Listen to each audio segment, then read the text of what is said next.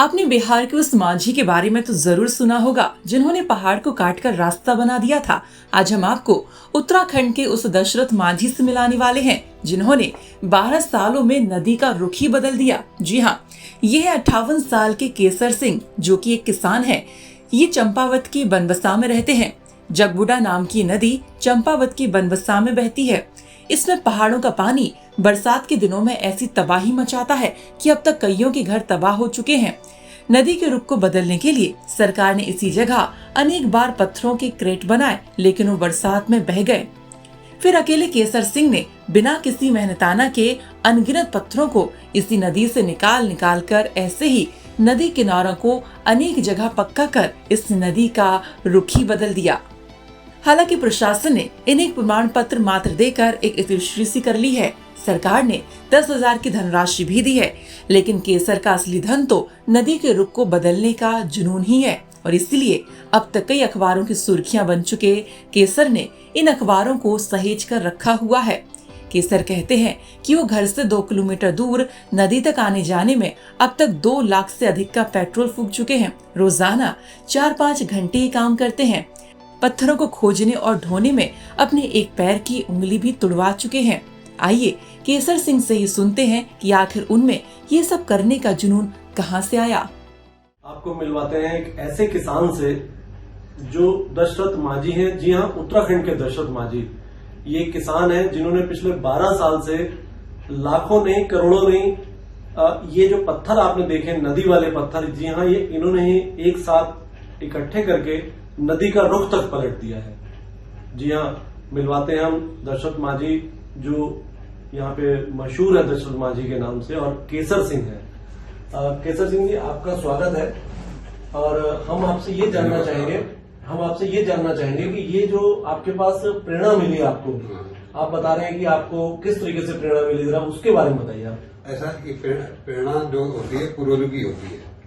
हमारे पूर्वज जो कि आज नहीं कई वर्षों से यहाँ पर रह रहे थे, आते और जाते रहते थे। तो कई जगह मंदिर पर पत्थर चढ़ाते थे, वो काफी ढेर हो गया था। और मैं एक खिलाड़ी रहा, सुबह से उठ के मैं जाता था। जब नदी का मार्ग चंदनी की ओर हुआ तो वो मेरे लिए प्रेरणा का स्रोत हो गया। मैंने कहा, लोग तो कहने लगे, कहा इतने गवर्नमेंट ने इतने कैरेट बनाए वो बह गए, कहाँ हो सकता है। वो मेरे लिए प्रेरणा के स्रोत रहे और पूर्वजी रहे प्रेरणा के स्रोत, जिसके कारण मेरे को और बल मिला। और धीरे धीरे जहां से नदी बंद हो गई थी वहां से मिट्टी थी, वहां डालते रहा, नदी बहाते रही, लेकिन मैं भी थका नहीं। मैंने भी डालते रहा। फिर एक संबंध से मैंने ऊपर वाली दया से नदी का रुख जो कि मोड़ने में कामयाब रहा। आज जैसे कि 6-7 गांव जो चंदनी, भजनपुर, बनूसा मार्केट तक जो पानी ये हाईवे क्रॉस करके जा रहा था, और जो आर्मी नाला था ये भी आर्मी का बनाया हुआ था, लेकिन यूनिट आती रही जाती रही, ये बंद हो गया था। उल्टा नदी का चंदनी और हुआ, तो इसका ये पानी भी इसमें आने लगा। फिर इसके साथ ही जो कि इसको भी इसका रुख भी नदी की ओर किया, जिससे कि जो 5-6 गांव हैं इनको राहत मिली। और जो आर्मी के में पानी भर जाता तो आर्मी वालों को भी राहत मिली। तो ये आपको जो प्रेरणा मिली, आपको मतलब आपका इसमें काफी तेल भी लगा होगा, पेट्रोल, आप डेली यहाँ से कम 3 किलोमीटर दूर है। तो ये कैसे, आप कोई पैसा लेते हैं आप किसी से क्या? ना, कोई मेहनताना नहीं लेते आप? ना। उंगली भी आपकी फ्रैक्चर हो गई पैर की? ठीक है। तो इसमें आप ये बताइए कि इसमें जैसे आप डेली सुबह कितने बजे निकलते हैं, क्या दिनचर्या रहती है आपकी?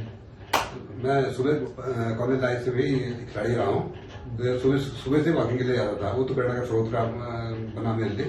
तो फिर तो जब मैं लग गया उस काम में, तो मुझे बड़ी अभिलाषा हुई क्यों नहीं चेंज हो सकता है। बहुत लोगों ने कहा कि गवर्नमेंट ने इसमें कैरियर बनाई थी, वो उससे मुझे प्रेरणा दी। फिर मैं जैसे बनाते रहा, उससे मेरे को और बल बढ़ा, तो मैं सफल भी रहा। और दिनचर्या आपकी कैसी रहती है कि सुबह कितने बजे निकलते हैं आप, कैसे? मैं 6 बजे निकल जाता हूँ। और कितनी देर तक रहते हैं वहां नदी में? 3 से 4 घंटे। अच्छा। और आपके औजार के नाम पे आपके पास वो जो अभी आपने दिखाया हमें जो सब्बल है, वही एक सब्बल आपका साथी है, मोटरसाइकिल और सब्बल? हाँ, सब्बल से नदी का रूट चेंज किया, वही कामयाब रहा।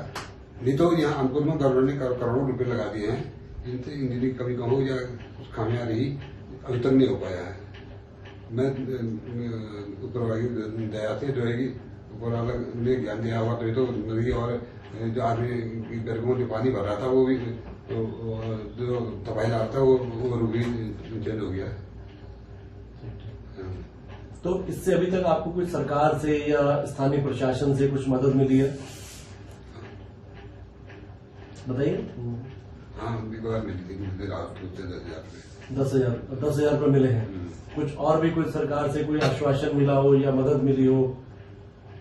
तुमने कोशिश भी नहीं की, अपना इतना खर्चा हो गया अपना स्कूल बनाने में। इससे क्या है, अभी भी सुरक्षा हुई। अगर सरकार के भरोसे रहते तो नदी ग्राउंड हो जाती, पूरे इलाका तबाह हो जाता। इसलिए जो कि अपनी सुरक्षा पहले करनी चाहिए आदमी को। ठीक। तो आपकी जो जमीन है, आप किसानी करते हैं, किसानी के साथ साथ टाइम निकालते हैं, तो कितना मुश्किल होता है आपके लिए घर भी चलाना और टाइम भी निकालना, खेती किसानी करना, और फिर वहाँ डेली 4-5-6 घंटे? मैं कॉलेज लाइफ से सुबह ही घूमने चले जाता हूँ अभी तक। तो फिर निकल जाता है समय, ऐसा कुछ नहीं है। फिर आदमी को प्रेरणा मिल जाती, जब आदमी को जिस मार्ग में जाता है तो अगर वो सफल होने लगता है, उससे प्रेरणा मिलती तो और आगे और बढ़ता है। तो इसमें आत्मबल बढ़ने में आपको घर वालों का भी कुछ सहयोग मिला? जैसे आपका एक लड़का है, होटल मैनेजमेंट कर रहा है, या आपकी पत्नी है, क्या ये लोग भी साथ जाते हैं, या कोई और गांव वाले आपके साथ जाते थे वहां पर? ना कोई नहीं, गांव वाला कोई साथ में नहीं गया था। और कभी गांव वालों ने साथ में नहीं गए, और कभी कोई और किसी तरीके का कोई सहयोग दिया आपको, या घर वालों ने कोई सहयोग? घर वालों का क्या सहयोग था? ना मैंने इस मामले में दूसरे को तकलीफ नहीं देना नहीं था। तो घर वालों का साथ तो मिला ही होगा ना? अगर घर वालों का आपके साथ नहीं होता तो आप ये इतना कैसे कर पाते? ना इस मामले में कुछ नहीं कहा, घर वालों ने कुछ नहीं कहा। तो आपने देखा कि ये जो दशरथ माझी जिनसे हमने मिलवाया कि किस तरीके का इन्होंने अजूबा किया है, और इनके अखबारों में बहुत सारी सुर्खियां बन चुके हैं। ये कई अखबारों के कई सालों से हर बार इनके लिए छपता आया है कि ये दशरथ माझी है उत्तराखंड के, और इन्होंने एक बड़ा अच्छा काम किया है। नदी का रुख बदल के, नदी बहुत तांडव मचाती थी बरसात के दिनों में, बहुत ज्यादा नुकसान करती थी गांव का, खेत का और सड़कों का, जिस वजह से काफी हद तक इसमें रुकावट आ पाई है। पहले गांव के लोग केसर को पागल कहा करते थे। खुद केसर की पत्नी मीना अब कहीं जाकर कुछ मानने को तैयार हुई है कि चलो समाज के लिए उनका पति कुछ कर रहा है। इनका एक ही लड़का है और वो भी होटल मैनेजमेंट का कोर्स कर रहा है। गांव का प्रधान हो या कोई शिक्षक या कोई भी बुजुर्ग, हर कोई केसर का दीवाना है। गांव के प्रधान तो कहते हैं कि केसर सिंह दशरथ माझी नहीं, हमारा हीरो है।